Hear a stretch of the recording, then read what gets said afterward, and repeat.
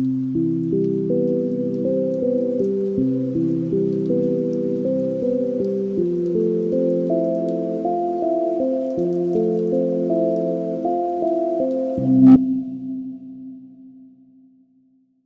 Priority is an anime that combines some of the most unique and enticing elements that you can think of when creating a story. It takes all of these elements like beautiful animation, interesting characters, and best of all, a plot that leaves you wondering after every episode, what could possibly be next? What was this supposed to mean? You're always anticipating the next episode to be better than the previous, and the idea that the show revolves around is, quite frankly, one that anyone who watches this show will at the very least be intrigued by. So then I ask myself, what the fuck were the writers thinking? Did someone pop a fentanyl before deciding to finish off the writing for the show? Because I was seriously stunned by the time I finished this series. Or perhaps this was purely just the anime industry being cruel to a bunch of passionate creators. Well, by the time you finish this anime, you might wonder exactly that. Despite everything about this anime being one that sets itself apart from others in the best way possible, somehow this anime managed to fumble a brilliant story in the most embarrassing way possible. The downfall of BushyWX Priority seriously needs to be studied. Some moderate spoilers ahead.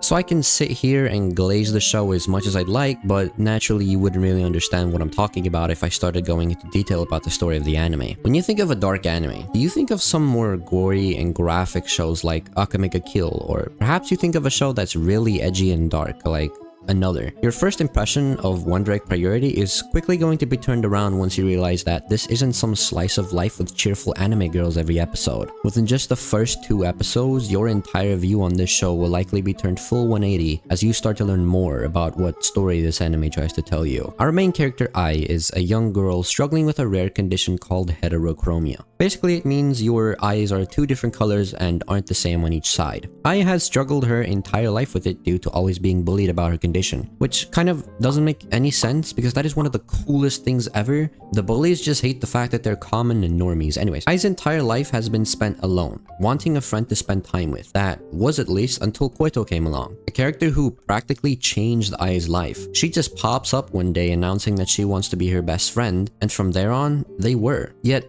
things were off. I realized that Koito barely even talked to her despite the 2 of them being best friends. But still, she would go on to be Ai's best friend despite later on getting caught in the crossfire of her bullying. At first it didn't seem to bother her much, yet suddenly one day though, Koito takes her own life. This anime is dark, for the most part, as well as confusing. You will have to pay serious attention to the story this anime tries to tell you. Whether or not this is a result of bad writing or the creators trying to tell a deeper story under the events of the anime is up for debate though. On the first episode, our main character soon wakes up in a dream of some sort, being given an egg and demanded that she open it to see what's inside. She does this and lo and behold, a girl emerges from the egg. At first you're left wondering, why the hell is there a girl emerging from the egg? It's such a strange and unique plot point in this anime, and you're going to be seeing this all throughout the series. Soon enough, it starts to make sense once Ai learns that she now has the ability to enter this dream world, and her only goal is to keep these girls safe from the threat that wants to harm them. And for what reason does she need to do this, you might be wondering? Well, she also learns that by saving these girls and killing the threat that wants to harm them, she can save Koito. She can bring her back to life by saving others, and can do the one thing that she was never strong enough to do before.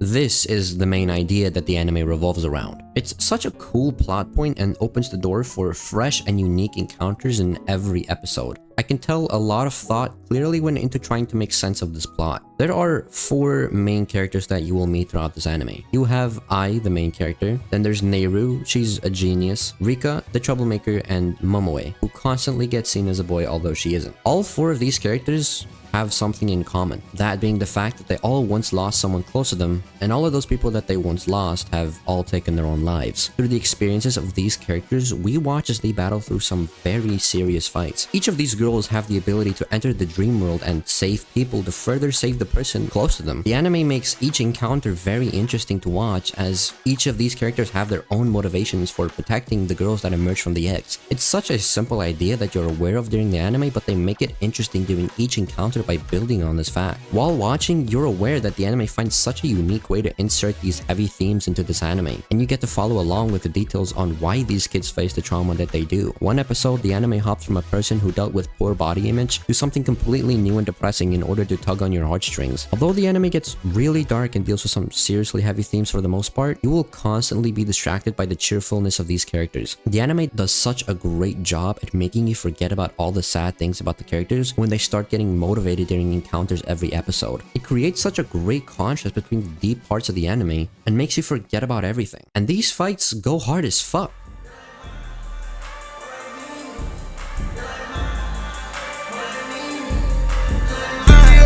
Helicopters, monsters. We pull up with sticks and helicopters. We don't fuck with niggas, they the cops. I put my heart and soul into the Glock. Bitch, us, never them. You ain't that, bitch, I'm him. You get zapped if it's static. Get that Mac, it gon' fume. Smoking gas, smell the fume. In that vet, it gon' fume. I'm a vet, little dude. You a pet, do what I say, not what I do. Hopefully this gave you some idea on just how good the anime is.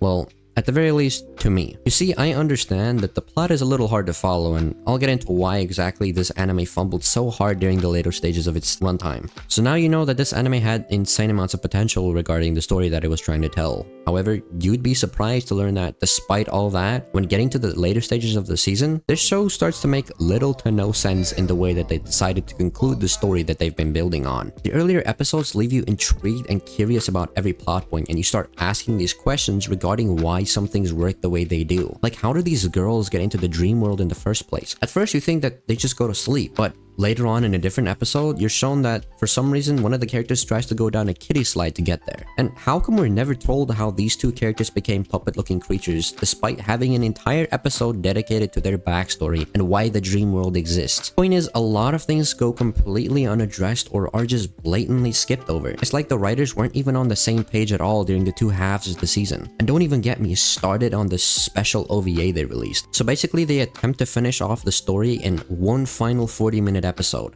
and spend half of it recapping the first season. Like, a lot of times I feel if you can't understand a plot coherently and easily enough, it's simply due to bad writing, which is unfortunately most definitely the case for this anime. I love the themes addressed because it dives into a genre not many mainstream anime think to dive into, and everything about the anime is so real and eye-opening regarding a lot of the problems these characters face, and yet they fumble it so hard in the end. One Direct Priority is one of the biggest fumbles in anime history, and I don't think we'll ever see a second season.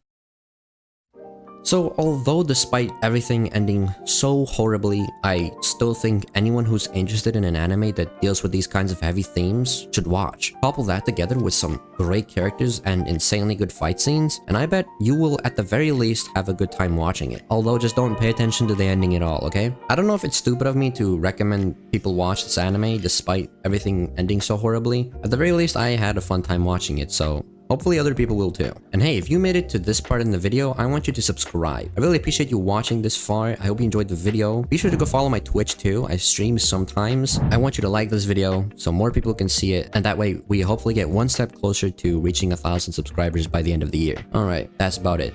See ya.